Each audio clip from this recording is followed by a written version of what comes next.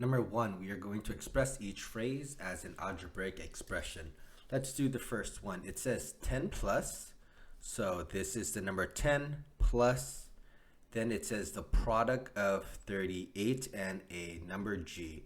Notice that this statement right here, product of 38 and a number g, it's together. So it is the product, so that means multiply 38 and g. So here's the 38 and the g goes together.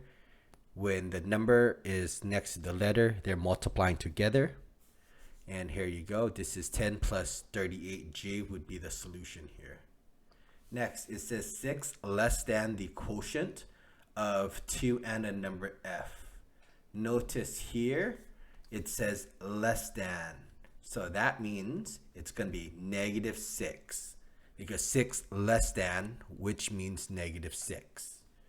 Let's do the second part, which is the quotient. So that is the division.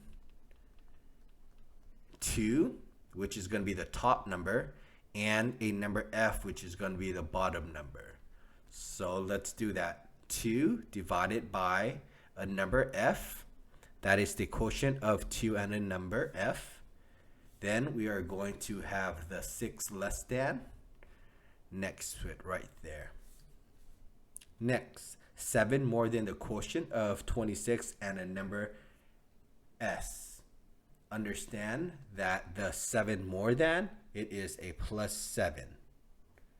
More than the quotient, again, we know that the quotient is going to be the division. And the first thing that they mention is the 26, so this is going to be the top value. And the number s, this is going to be the bottom value. So this is going to be 26 divided by s. Then you're going to have the plus 7 here. So there you go. That is 26 divided by s plus 7. Next, we have number 4, letter D, 4 more than. So let's do that. Set 4 more than, that is plus 4. Then the product of x and a number 8. This part, product means multiply the number x and 8. So we can just put the number with the letter. That means it's a product.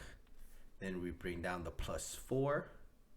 There you go. This is 4 more than the product of a number of x and 8.